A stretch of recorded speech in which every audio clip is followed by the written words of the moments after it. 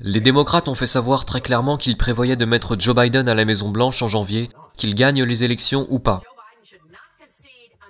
Joe Biden ne doit reconnaître sa défaite sous aucun prétexte, car je pense que l'élection va durer dans le temps, qu'il finira par gagner si nous ne reculons pas d'un centimètre et si nous sommes aussi concentrés et acharnés que l'autre camp. Une nouvelle dame riche en colère, il y en a beaucoup en ce moment.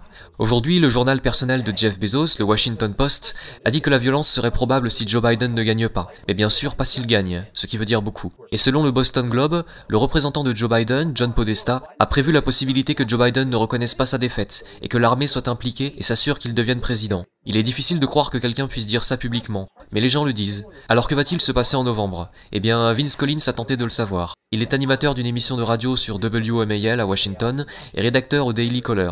Nous sommes heureux de le recevoir ce soir. Vince, merci beaucoup d'être venu. Qu'en pensez-vous? Quels sont les scénarios susceptibles de se produire le jour de l'élection? Comme vous le savez, la politique est généralement très difficile à prédire, mais cette fois ce n'est pas difficile du tout. Ce jour d'élection sera un brasier, un feu inextinguible.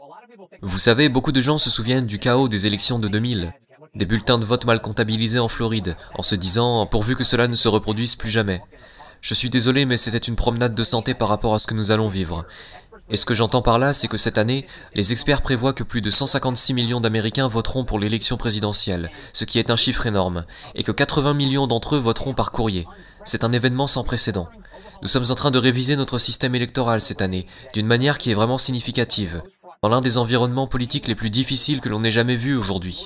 Mais pour cela, le système de courrier va-t-il fonctionner? On se pose des questions, d'autant plus que nous avons eu beaucoup de primaires cette année.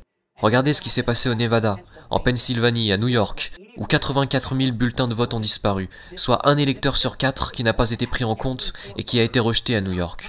Comment peut-on avoir un système dans lequel un État entier est contesté à cause d'une telle défaillance? Ça va être un désastre. Mon sentiment est que les démocrates prévoient de gagner cette élection dans les semaines qui suivent le jour du scrutin, avec des avocats. Et si c'est un combat entre les deux partis sur la question de savoir qui a le plus d'avocats, les démocrates ont évidemment un énorme avantage, c'est le parti des avocats.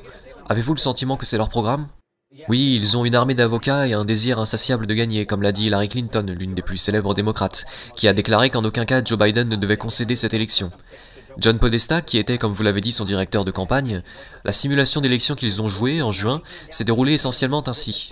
Lors des élections, John Podesta tenait le rôle de Joe Biden et refusait de reconnaître sa défaite, et il contestait les résultats du collège électoral. Il manipulait les électeurs et le collège électoral.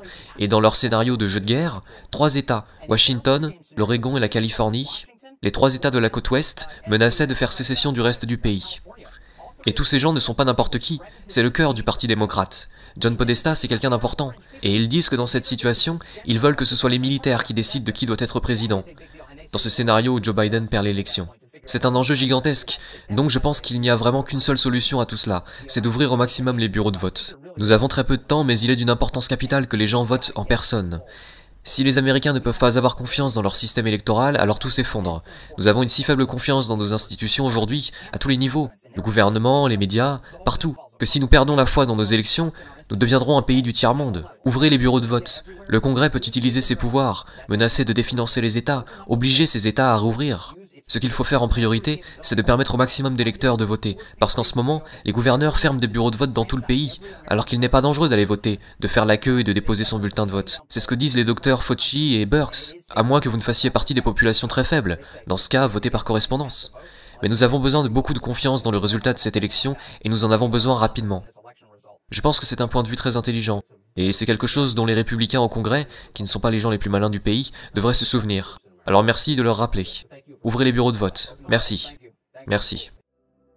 N'oubliez pas d'activer la cloche pour être prévenu des nouvelles vidéos. Vous pouvez me suivre sur Twitter et Facebook, et vous pouvez me soutenir sur Tipeee et Paypal. Tous les liens sont en description.